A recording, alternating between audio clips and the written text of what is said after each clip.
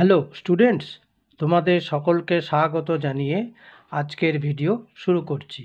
আজকের ভিডিওর বিষয় গ্রামার অ্যান্ড ভোকাবুলারি, তার অন্তর্গত ডু অ্যাজ ডাইরেক্টেড। তাহলে চলো বেশি দেরি না করে ভিডিওটি শুরু করা যাক। নাম্বার 1-এ বলা হয়েছে his father is dash MLA, fill in the blank with suitable article. তাহলে এমএলএ এটা ভাওয়েল সাউন্ড, এই ওয়ার্ডটি ভাওয়েল সাউন্ড দিয়ে শুরু হয়েছে এমএলএ, সেই জন্যে এর পূর্বে কি বসবে? An MLA. আচ্ছা, পরেরটি হলো he will come dash Sunday. তাহলে সানডে মানে এটা রবিবার, এটা দিন বা বারের পূর্বে আমরা কি জানি? অন বসে।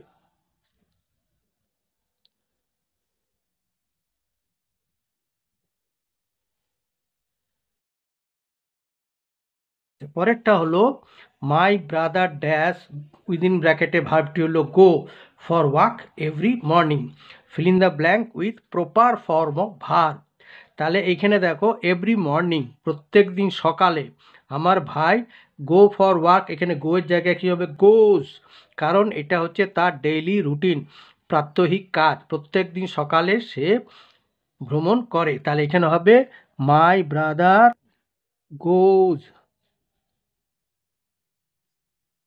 আচ্ছা, নাম্বার 4-এ the girl is happy to hear the news, underline the infinitive. আমরা জানি ভার্বের আগে টু থাকলে সেটিকে বলা হবে ইনফিনিটিভ ফর্ম, ভার্বের আগে টু যুক্ত ফর্মকে ইনফিনিটিভ বলে। তাহলে এখানে ইনফিনিটিভটি হলো টু হিয়ার, ঠিক আছে?